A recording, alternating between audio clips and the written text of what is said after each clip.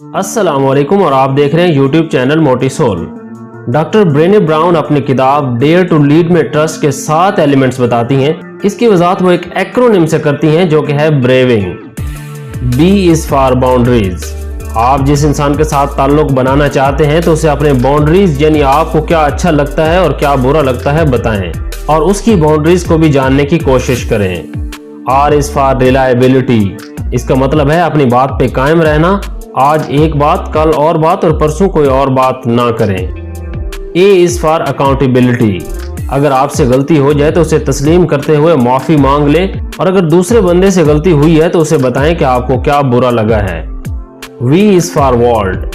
किसी की बात को उसकी इजाजत के बगैर दूसरे तक ना पहुंचाएं। अगर कोई आपसे अपना मसला बयान करता है और आप उसकी इजाजत के बगैर उसे आगे बता देते हैं तो इससे आप कभी ट्रस्टवर्दी ताल्लुकात कायम नहीं कर सकेंगे।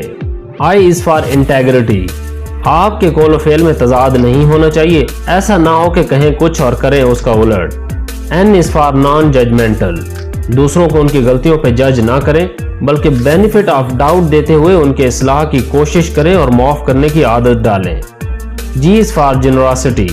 आपका वस्फ इतना होना चाहिए कि आप दूसरों के बारे में मस्बत राय कायम कर सकें। मिसाल के तौर पर आपके एक दोस्त ने आपसे कहा कि वो आज शाम आपके घर आएगा लेकिन वो ना आया, तो ये सोचने की बजाय कि वो जानबूझकर नहीं आया या उसने आपको अहमियत ही नहीं दी, मस्बत गुमान रखें कि हो सकता है उसकी कोई मजबूरी हो गई हो। जज़ाकल्लाह।